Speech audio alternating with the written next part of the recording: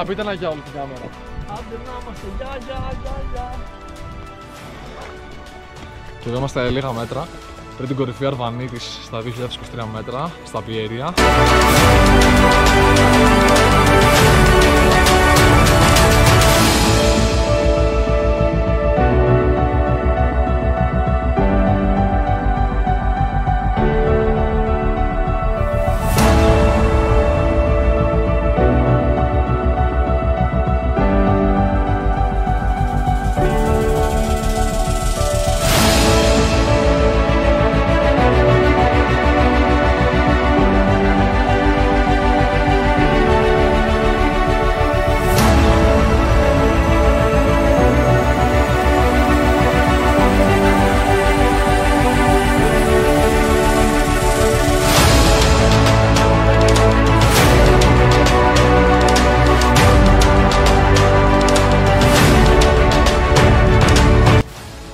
Ένα σχόλιο για το λοδοχώρι, για την κορυφή Αρβανίτης. Ωραία.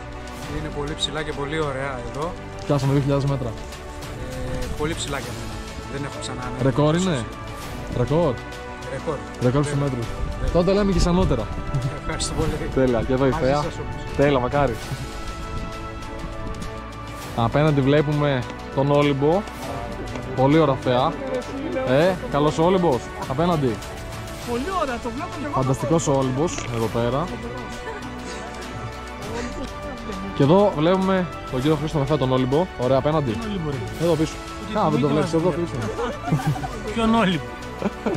Μας έχει καταπιεί. Μας έχει καταπιεί ο Μίχλη. Μας έφαγε. Ένα σχόλιο για το λοδοχώρι μέχρι στιγμής. Ωραίο, Ωραία εμπειρία. Πολύ καλό.